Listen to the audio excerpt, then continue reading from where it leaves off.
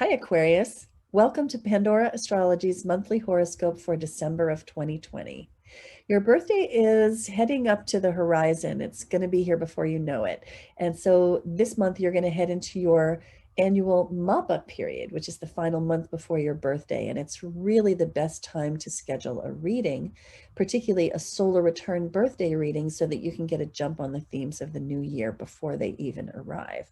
You can get that reading through the link in the YouTube description below. So we have Mercury, Venus, and Mars activity for you, also an eclipse and some interesting activity by Saturn and Jupiter. Hey, Julia, what's up for Aquarius this month? Well, hey, Aquarius, I'll start with Mercury, the planet of communication. It's also the planet of our mind. And at the very beginning of the month, on December 1st, it's going to pop into your 11th house of groups. The 11th house represents your friendship circles or any other major group you're a part of, such as a recovery program, a society, a club, an organization.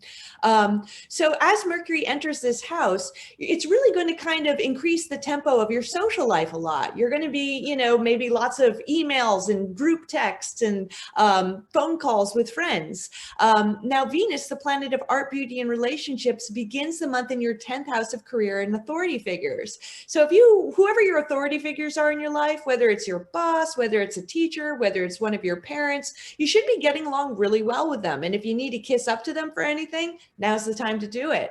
Now, on December 15th, mid-month, Venus is going to join Mercury in that 11th house of groups. And this means that, you're going to really enjoy and have a lot of pleasure in your friends and also being very social.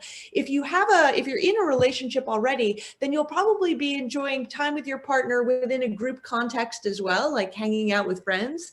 And since the 11th house also represents networks like the internet, if you're single, then it's a very good time to get on that dating app.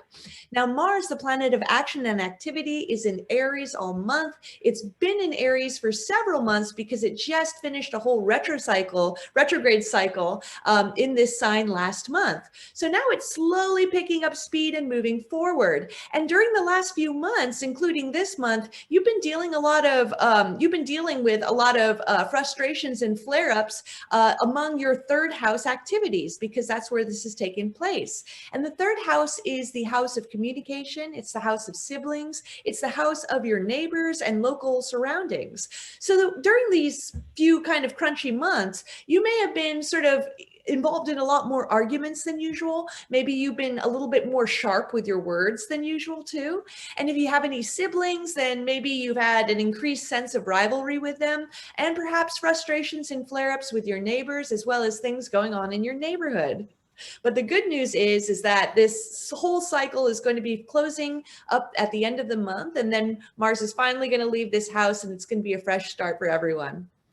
Yeah, that's going to feel so good. And there are a couple of other reasons why we're going to feel that sense of fresh start. One of them is that Saturn, which has been traveling along through Capricorn for the last 2.5 years, is going to leave Capricorn and move into your sign, Aquarius.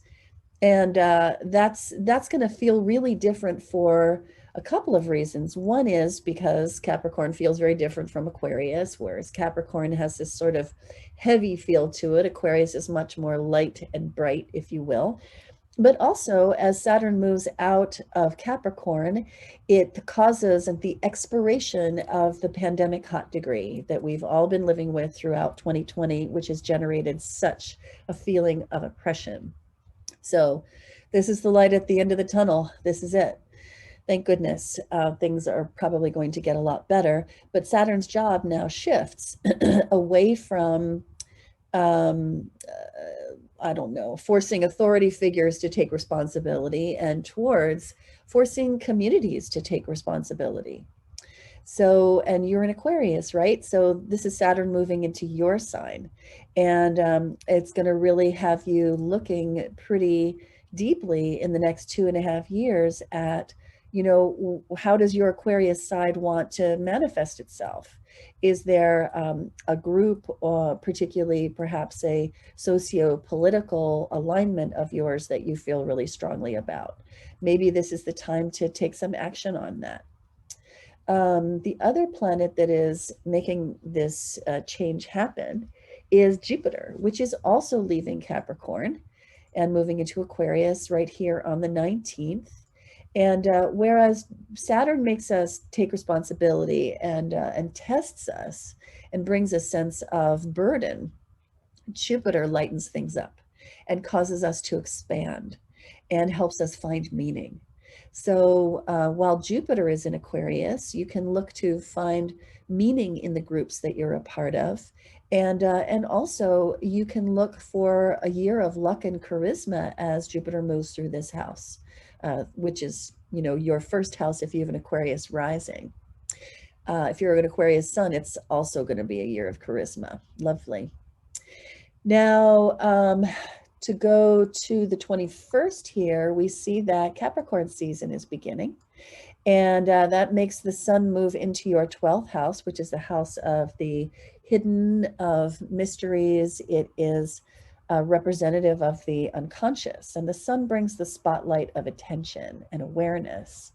And so this is a really good month for looking inward and you know, noticing things rolling around in your unconscious that you don't usually pay attention to. Now that is especially the case when we find ourselves on December 14th having an eclipse. And that falls actually in your 11th house. And the reason that I am tying this to the sun moving into Capricorn is that an eclipse makes us look at our shadow, which is also unconscious, right? It's the stuff that we don't want to look at every day. And this particular eclipse falls in your 11th house of friends, networks, community. And it wouldn't be surprising if some event happened right around the eclipse that lets you know who your friends really are and whether your beliefs line up with theirs. And this should be a real illustration of the groups that you belong in and the groups that you don't.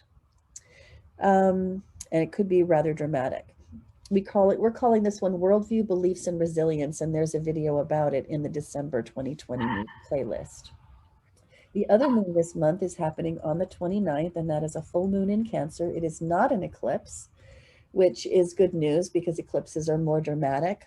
A full moon is dramatic enough, having that strong moon in Cancer, which falls in your 6th house of work, health, and service. And it's going to really bring your attention to the balancing act that you must perform between work life and solitude. Solitude and finding your strength when you are on your own. That's represented by the sun in Capricorn in your 12th house. Remember, I spoke about that looking around, shining the light of attention into your hidden, mysterious, unconscious places. And then the moon is also bringing a lot of energy, particularly emotion, to the workplace. So there has got to be a balance struck here, and we're calling this one Balancing, Healing, and Taking Action. And it's going to be about striking that balance between work life and solitude.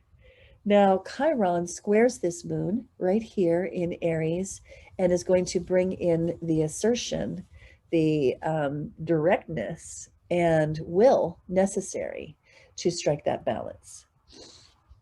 So that's all that we have for you today, Aquarius. Thanks for watching. I hope you enjoyed this horoscope. We certainly enjoyed making it for you. And you can always find our horoscopes on our YouTube channel, Pandora Astrology, or on our website, pandoraastrology.com.